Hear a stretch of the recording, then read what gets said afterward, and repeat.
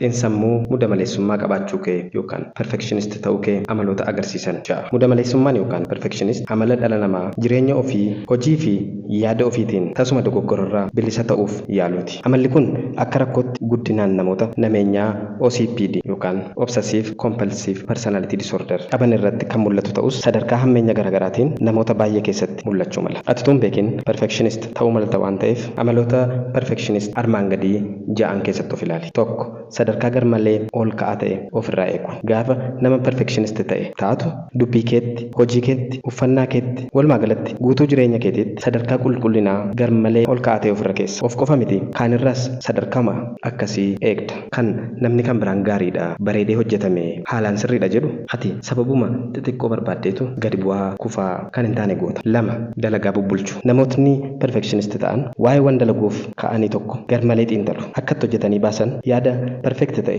haga argatanitti hin jalqaban. Dogoggoranii sirreeffachuu, hojjechaa sirreessuu, qulqullina bu'aa hojii isaanii perfect irraa hanqisa jedhanii waan yaadaniif hin jalqaban. 3. Aduu yookaan baduu yaada jedhu qabu. Akkaataa yaada namoota perfectionist ta'anii yoo ilaaltu yeroo mara fiixeetti ba'aa ta'e argatta. Wanti isaan hojjetan marti akka aduu ifuu qaba. Kan isaan gadii hundisaa kufaatiidha jedhanii fudhatu. Tasuma mudaan irratti argamuu hin qabu. Waan yaada isaaniitti perfect hin taane yoo hojjetan akka waan badeetti fudhatu. 4. Qeeqa walirraa hin cinne ofiif qabu. Namootni kun yeroo mara of qeequ. Hojiin isaanii kamtuu isaanitti hin tolu. Ittiin quufan. Hojuma namoota kaaniin gaarii ta'ee qulqullina qabu irratti of qeequ. Of qofa miti namoota kaanis akkasuma qeequ. Hojiin namichaa akkam gaarii ta'us isaanitti hin quufan. Waan hubatti hin galleen nama sana qeequ. 5.